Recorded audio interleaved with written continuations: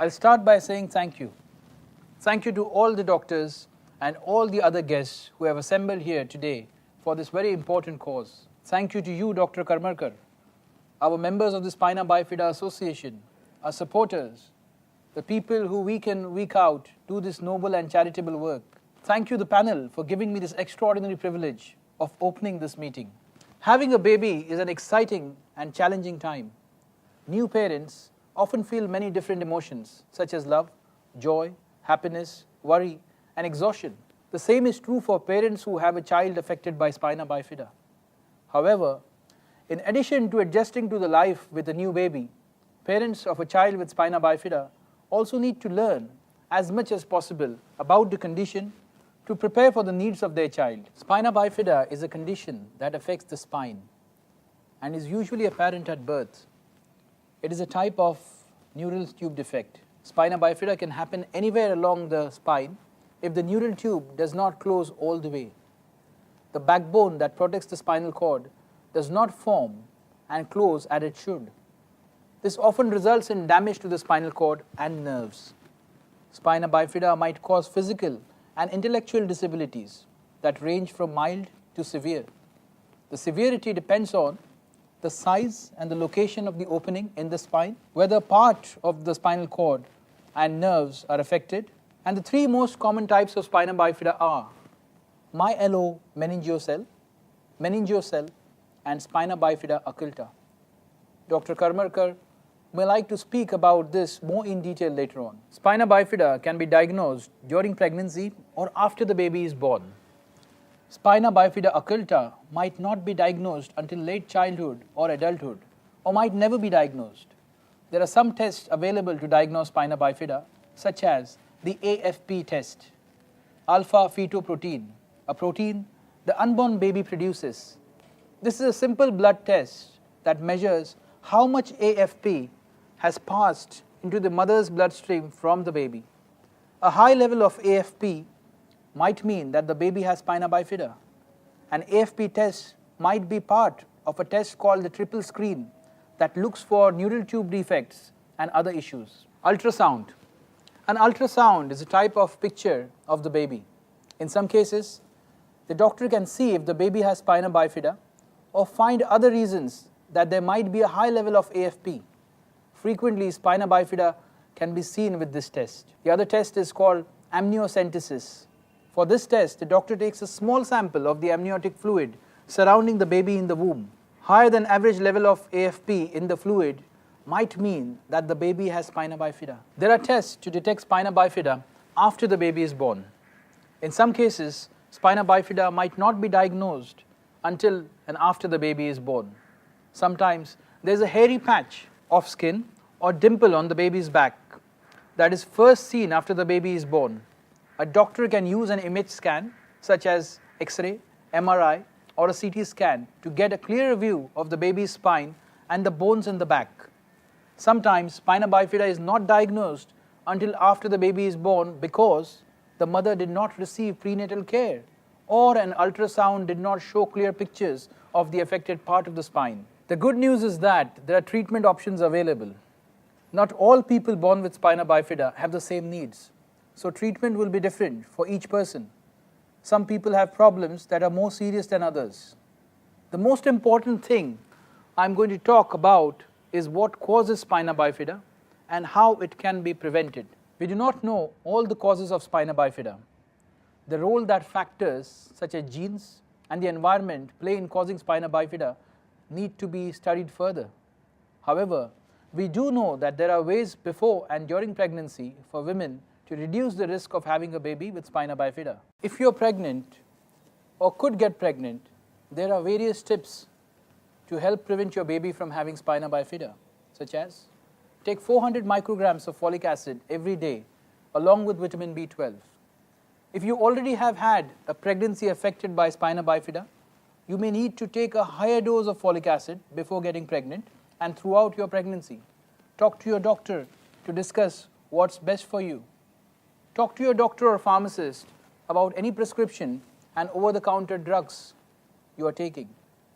If you have a medical condition such as diabetes or obesity, Be sure that it's under control before you become pregnant. Avoid overheating of your body, as might happen if you use a hot tub or sauna.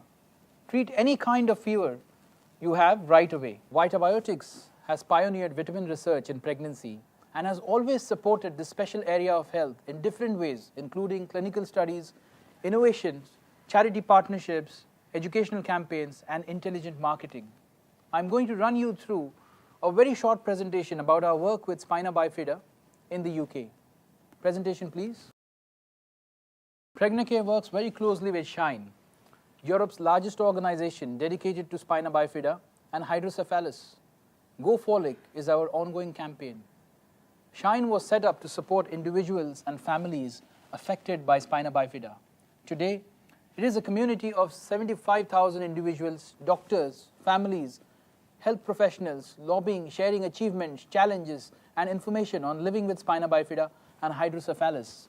Next year, Shine will celebrate its 50th anniversary. Vitabiotics work includes a wide range of educational campaigns and various collaborations, such as UK launch of GoFolic campaign at the House of Commons, providing sample packs of Pregnacares to moms-to-be, supporting and celebrating Folic Acid Awareness Day on 1st May, supporting GoFolic in our advertising.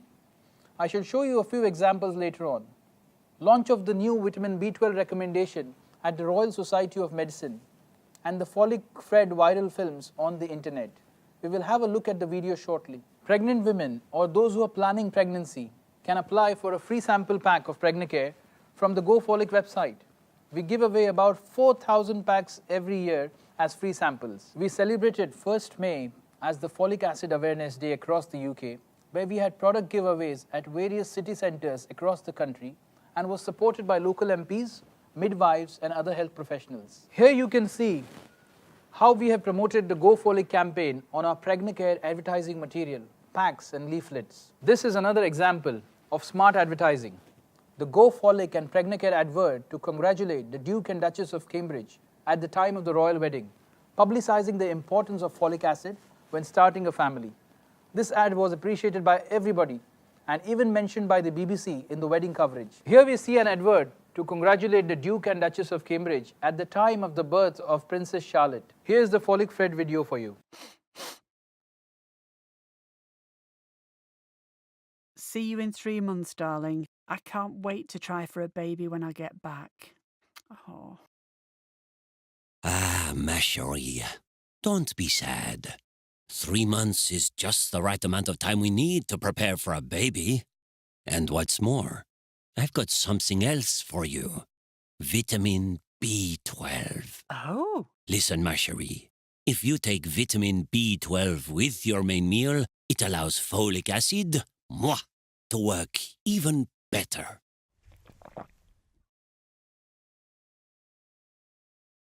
Honey, I'm back. Ooh.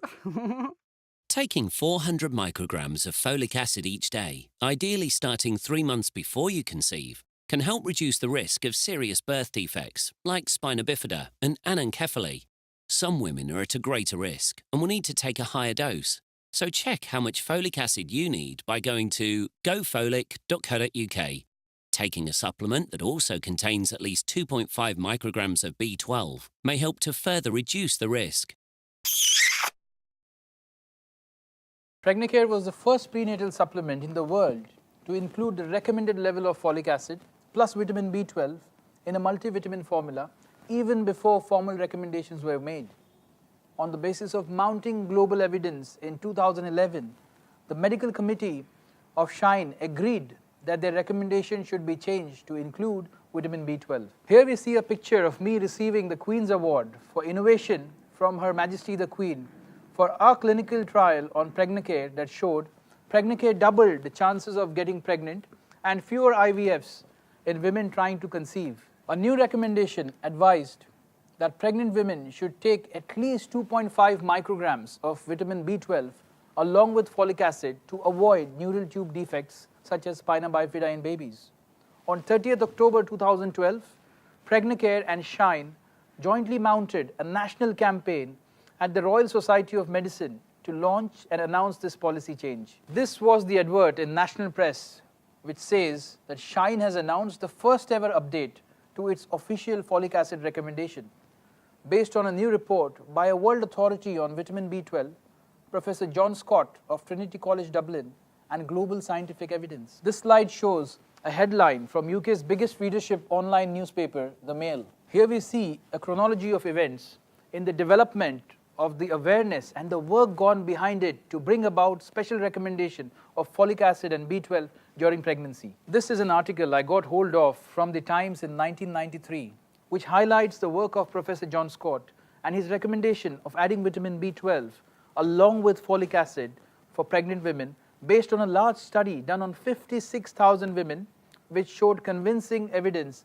that low levels of vitamin B12 along with folic acid resulted in babies being born with nervous system abnormalities. There are all these references we talked about earlier, right from the earliest Lancet report of 1980 to the most recent report of 2012, stressing on recommendations of vitamin B12 and folic acid for pregnant women. Most children with spina bifida have normal or above normal intelligence. Some children with spina bifida and hydrocephalus may experience learning difficulties. Some children with spina bifida may need special testing to help educators understand how to best accommodate their learning needs. It is important to remember that these tests do not measure many important areas of intelligence, and you will often be surprised by the insight, creativity, wit, and humor of your child. The label of learning disabilities in students with spina bifida and hydrocephalus often masks a range of abilities and talents. Children with spina bifida benefit from the same care, attention, and inclusion in community life that helps every child grow. As with all children, quality education in neighborhood schools and preschools or at home is important to provide the child with spina bifida the opportunities that are needed to develop strong academic and social skills. Thousands of young people with spina bifida across the world are quietly going on with their lives and transforming their communities by just being there. They have dreams and determination to reach their goals. They learn in regular classrooms in their neighborhood schools with children who will one day be their co-workers, neighbors, and adult friends. Young adults hold diverse and meaningful jobs, maintain their own households, and make significant contributions to their communities every day. A child who has spina bifida has specific needs, not only at home, but once he or she enters school. One of the purposes of the Spina Bifida Association is to effectively describe these needs as well as some possible treatments, and most importantly, work towards the easiest approach of dealing with this problem, prevention. Prevention of spina bifida and other neural tube defects through introducing the right level of folic acid and vitamin B12 to mums-to-be. Remember, every child deserves a good childhood and every woman deserves a healthy pregnancy. And that is why every pregnant woman and every unborn baby deserves Pregnacare. Thank you.